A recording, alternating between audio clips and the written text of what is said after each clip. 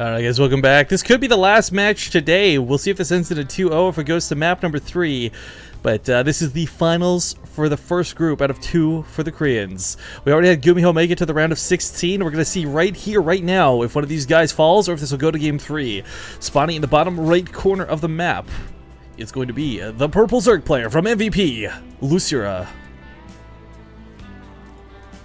They were left as the blue Zerg. Yoey Flash Wolves Leenock. Dude, we did it. We're esports heroes now. We got a shout out right on Reddit. Oh. I mean, the second one? Well, I don't know. I haven't seen this one. Oh, it's basically just talking about like how we cast way too much yesterday.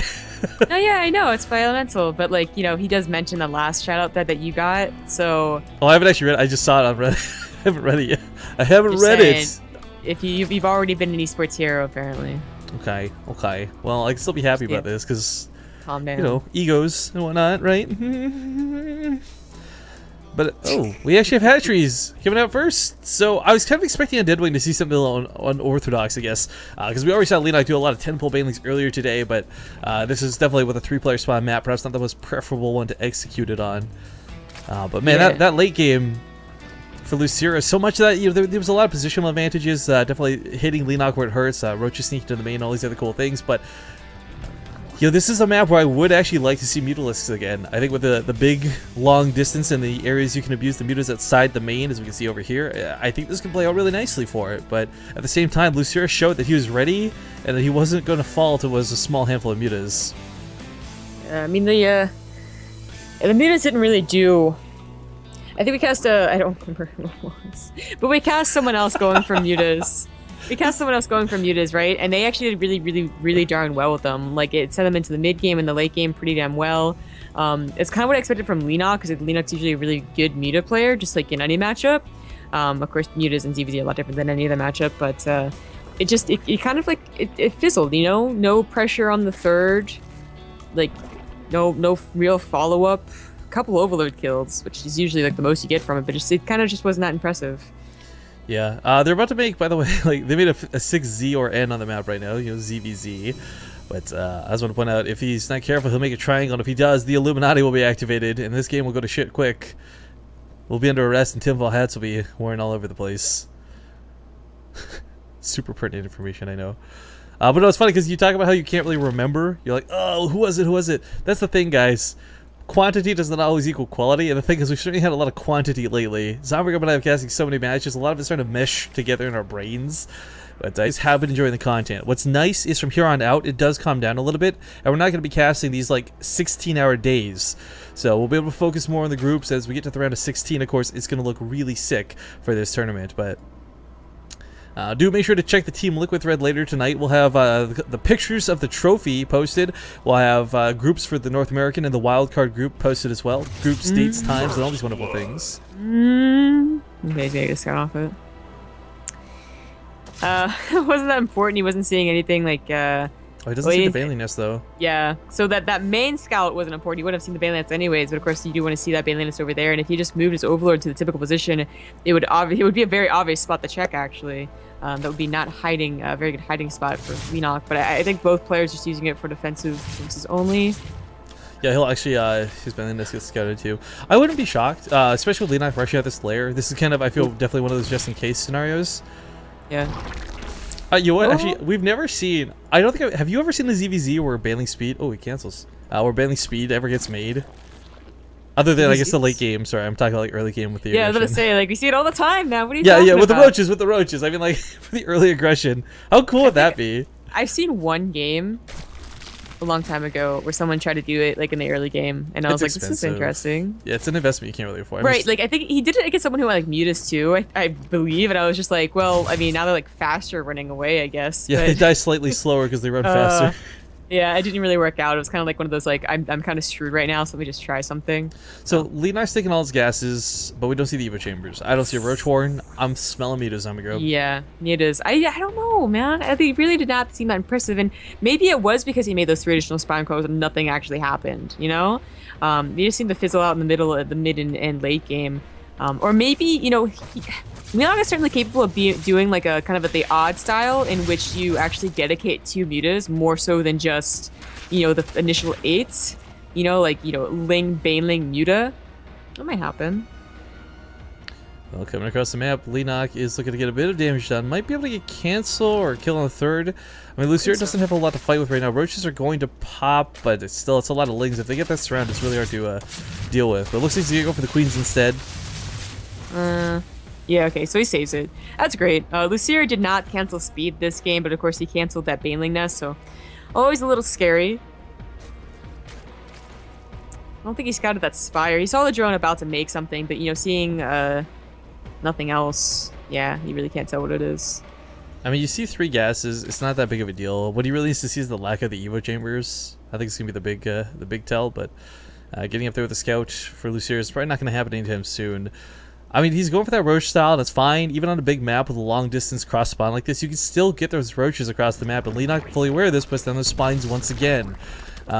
Once more, I want to stress this is entirely because you're really worried about the roaches just busting through while you're barely getting mutas out. But Losira, I think he knows what's up. He's going straight to the Hydralisk then, and you typically don't do this ZVZ unless you need to. Yeah, and getting some spore crawlers as well, so I guess just, you know, not seeing any roaches out when he checks with his Lings, or, you know, what have you, but he's got a good indication that it is, and in fact, he's pretty damn sure as he throws on 3 more spore crawlers that it is in fact mutas. Yeah. Okay, so knowing precisely what he's coming up against, we saw Losira handle this very well last time. Quite frankly, I would be shocked if he faltered to it this time. But the map does play a much different dynamic than Overgrowth does, and I feel like this is a better map, just generally speaking, for the mutas to be used on. Especially because with how big the map distance is, with all these overlords being taken away, Lucira's going to have no vision, and he's going to have to play pretty blind. So if Leenock chooses not to go heavy into the mutas, but instead invest into roaches afterwards, I mean, he is going heavy into the mutas with the flyer attacks. But Losira doesn't know that, and he doesn't know if there'll be an avenue of attack where he gets caught off guard from the 4th, from the left to the right. I mean, it's pretty scary playing in the dark as a Zerg player. Like that he's clearing up the creep as well, Deadwing. Of course, you can get those 4 bases even without the creep, but you always want to make the maneuverability of the Roach Hydra player you know, lower. Oh, Nidus Worm. Well, that's gonna raise it again, so never mind. So you can get the Nidus Worm down. This got wrecked last time though. He tried to do this versus Czech, right? Right, exactly. Yeah. Actually, oh, that was probably the game I was thinking of. That like the mutas actually just like straight up like were owning, but that was on 2 bases after getting his 3rd denied for a very long time. It was kind of desperate. I mean, when you Nidus Worm and they have a maxed out army, you did something wrong, probably. I don't think Leenock knows, though. I don't think he does either. I think this is actually going to be a lot more effective. This is going to be with Hydras, too. The problem is, though, with the map control that Leenock does have, it's going to be really hard to squeeze out any units to actually go and like find a vision for. If you look in the upper position, he has a sick! Yeah, that's the one he dropped the Overseer. I just kind of remember writing it off thinking like this is useless, right? No point mentioning it, but Nidus Worm about to burst out, and while the rocks are up, I mean the mutas aren't going to focus this down too easily. It's not like Lings can run behind. This is an oddly secure Nidus Worm, and will Leenock know to look? Okay, he'll see a little bit of creep. Perfect. Like this is going to actually just get away from all the spine crawlers too. Okay, just repositions. Like mass uproot. Yeah. Unlike Terran. But even so, I mean this is that forward reinforcement line. He doesn't get picked off coming across the map.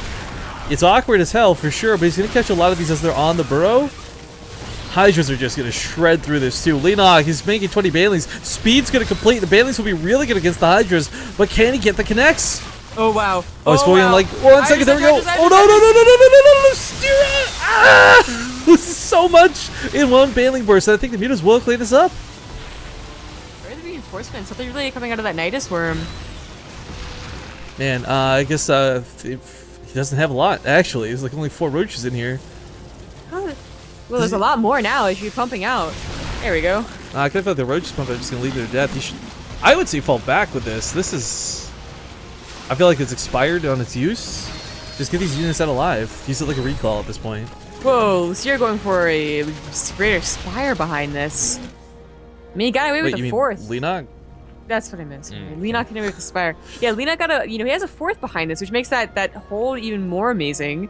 And Losira, he's just gonna try and all in again. Is he not gonna try to get his own 4th? Well, there's a couple areas you can put another Nidus Worm if he wants. Overseer's definitely being very active about this. It's a cool move, and we've seen players like Life, and I want to stress this because Life did it seriously like 100% of the time we saw Catalina. It can work, but in this instance... What the He sees it. He sees it, though. I mean, if it's a little further to the right, he wouldn't actually, oddly enough. Changeling, no! Ah! But yeah, if it had been like one grid space up and over to the right, he seriously wouldn't have seen that. It's a scary thought. Yeah, well, the Creator Spires would have finished, and the Broodlords they're on the way. Losira has no idea this is coming. Hey, I don't know, man. It's funny you say that. We got that. It's like a quote straight out of the Roddy soundboard, who's been like in our chat the last couple days. Like, I gotta applaud that guy for the dedication to that too. Like that bit is seriously tickling my fancy. I can't believe it. But he can't get it. He's gonna get it like underneath. I feel like this could be underneath the Broodlords. the Broodlords. Yeah, well, it's a reinforcement line at this point, right? These Mutos can't kill it because the Hydras are here. So he's not going for the sneak attack anymore. But you're right, the Broodlords are coming in. This is, I don't know. It's not like Marines. You don't stutter step Hydras underneath Broodlords. You don't have any Vikings in play. And you still have the same problem as if you do it with Marines, and that Banelings are covering them. So you don't want to stutter step Hydras into Broodling or into Banelings anymore. You want to do Marines. Oh, that's where I'm gonna get taken out. It's kind of sad that we're transfuses available. Another one coming down, but this is his time to shine with the Banelings. The Spine Course will buy all his time. Here come the Broodlords to make this even more difficult. Leenock playing that ultimate style of ZVZ. And this is not looking so good for Losira as the Banelings start filtering in. And he's actually not going to overextend. I like that choice a lot because he knows the Broodlords will get the free damage that he needs and doesn't need to waste the Banelings. So many Zerglings, so many Banelings, so many Hydras are about to go down in a situation we don't normally see Hydras go down. GG! Leenock will tie up the series and bring us to map number 3.